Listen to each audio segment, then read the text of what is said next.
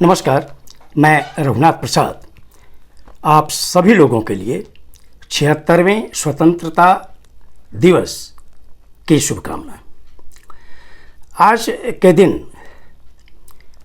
माननीय मुख्यमंत्री बिहार के द्वारा मुख्य कार्यक्रम जो ऐतिहासिक गांधी मैदान पटना में हुआ, उसमें झंडोत्तोलन के बाद जो उन्होंने संबोधन किया है जनता को, उसमें से जो कुछ महत्वपूर्ण बिंदु हैं वो निश्चित तौर पर न केवल अपने बिहार राज्य के लिए वरन पूरे देश के लिए भी एक महत्वपूर्ण संदेश देंगे। तो आज के संबोधन की जो मुख्य बातें हैं उसमें सबसे पहला तो शराबबंदी। जबकि बहुत लोगों के द्वारा, बहुत संगठनों के द्वारा इस कार्यक्रम की समय समय पर आलोचना की जाती रही है, लेकिन बहुत खुशी की बात है कि माननीय मुख्यमंत्री जी वर्ष 2016 में किए गए घोषणा से पीछे हटने को एकदम तैयार नहीं है। मैं समझता हूं कि उन्हें पीछे हटना भी नहीं चाहिए। उन्होंने आज भी संबोधन में स्पष्ट कहा कि राष्ट्रपिता महात्मा गांधी जी, बापू भी चाहते थे कि पूरे देश में शराबबंदी हो। क्यों? क्योंकि ये बुराई की बहुत बड़ी जड़ है और इससे खासकर गरीब लोगों के, चाहे वो रिक्शा चालक हों, ठेला चालक हों, ऑटो चालक हों, दिहाड़ी मजदूर हों,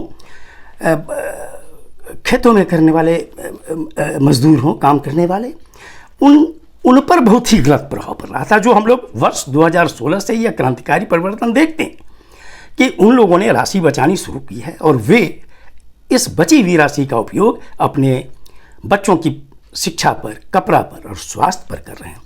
इसलिए इनकी यह घोषणा निश्चित रूप से सराहनीय कदम है और आने वाले दिन में धीरे धीरे सभी राज्यों को इस ओर सोचना होगा। आमदनी का सोर्स बनाने का बहुत रास्ता है सरकार के पास, विशेषज्ञों से सलाह लेकर बनाएं, लेकिन शराबबंदी जो है वह सराहनीय कदम है और इसे लागू रहना चाहिए बिहार में। उन्होंने आज जो एक और महत्वपूर्ण घोषणा की है महिलाओं के हित में, महिलाओं के सशक्तिकरण के लिए, इसकी जितनी प्रशंसा की जाए वो कम है।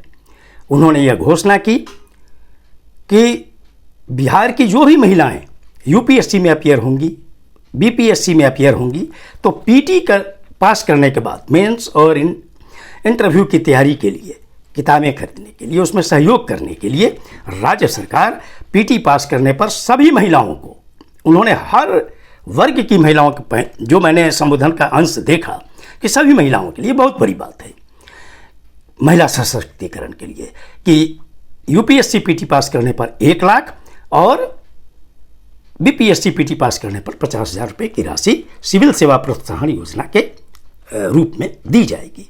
मैं यहाँ पर बतलाना चाहूँगा कि कुछ वर्षों पूर्व ही इनके दिमाग में एक बात आई थी और बहुत अच्छी बात, कि अनुसूचित जाति, अनुसूचित जनजाति, अत्यंत पिछड़ा वर्ग और पिछड़ा वर्ग के जो बच्चे यूपीएससी पीटी और बीपीएससी पीटी पास करते थे उनको मुख्यमंत्री सिविल सेवा प्रोत्साहन योजना के तहत 1,50,000 रुपये की राशि दी जाती रही है। और विगत कई एग्जाम में हम लोगों ने देखा है कि जो लाभान्वित बच्चे हैं उन्होंने परीक्षा कंप्लीट किया भी है और इससे जागृति बढ़ रही है।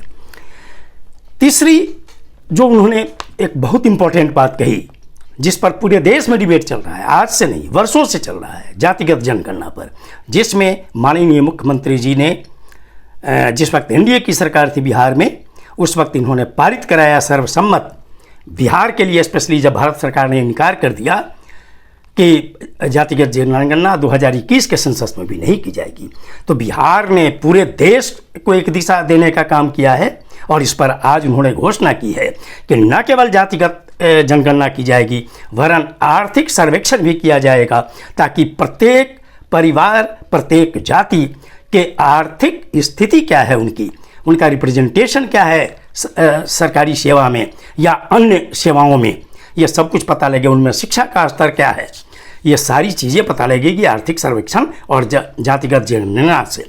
और मैं समझता हूँ कि ये निर्णायक कदम होगा पूरे देश के लिए कि सभी राज्य सरकारें आज न कल इसको प्रतिबद्ध होंगी कि जातिगत जनगणना और आर्थिक सर्वेक्षण बहुत जरूरी है भविष्य में योजनाएं बनाने के लिए कि जो समाज पिछड़ रहा है उसको कैसे आगे बढ़ाया जाए। नई नई योजनाओं बनाने का रास्ता इससे निकलेगा और एक वक्त ऐसा आएगा कि भारत सरकार को भी इस ओर कदम बढ़ाना ही होगा, क्योंकि ये पूरे देश की मांग है और इसको पूरा किया जाना चाहिए। ये भी बहुत ही सराहनीय निर्णय है और उन्होंने कहा है कि पूरी गति से, पूरी अच्छे ढंग से इस योजना को, जातिगत जनगणना और आर्थिक सर्वेक्षण का काम किया जाएगा। एक और महत्वपूर्ण बात उन्होंने अपने संबोधन में कही, मैं समझता हूं कि उन्होंने सही कहा है कि जनसंख्या नियंत्रण कानून, इससे उन्होंने असहमति व्यक्त की है। पहले भी इस पर ये बहुत बार अपनी राय जाहिर कर चुके हैं और इन्होंने स्पष्ट कहा है कि जनसंख्या नियंत्रण कानून से बहुत कुछ नहीं हो सकता है। उन्होंने उदाहरण दिया है चीन का कि पहले 1 बच्चे की नीति आई, फिर 2 बच्चे की नीति आई, फिर 3 बच्चे की नीति आई।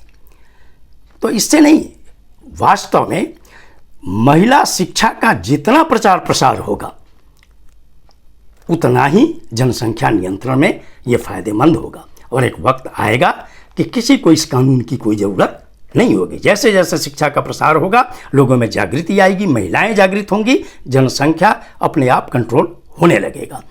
आगे उन्होंने जैसे जो उनका 7 निश्चय कार्यक्रम, जो बहुत ही अच्छा कार्यक्रम है, खासकर ग्रामीण क्षेत्रों के लिए, जिसमें जल नल वगैरह की योजनाएं हैं, नली गली में सड़कों की योजना है, उस पर भी ये उन्होंने कहा है कि और इसकी गति तेज की जाएगी। जिन बच्चों के दिल में छेद है उसका इलाज बिहार सरकार पहले से भी फ्री में करा रही है, आगे भी कराने का की घोषणा उन्होंने की है। उन्होंने यह भी कहा है कि ये जो नई सरकार बनी है इसमें नई पीढ़ी के लोग, स्पष्ट इशारा है माननीय उप मुख्यमंत्री जी की ओर कि अब यह सरकार और तेज गति से काम करेगी। मैं समझता हूं कि हम लोगों को इस सरकार के कार्यों को, अच्छे कार्यों को देखने का अवसर जरूर मिलेगा। ये वीडियो आपको अच्छा लगा हो तो निश्चित तौर पर लाइक करें, शेयर करें। अब तक मेरे चैनल को आपने सब्सक्राइब नहीं किया तो सब्सक्राइब करें और बेल आइकन को अवश्य टच करें ताकि मेरे हर आने वाले वीडियो का नोटिफिकेशन आपको तुरंत मिल जाए। आप सभी लोगों के लिए शुभकामनाएं। धन्यवाद। जय हिंद।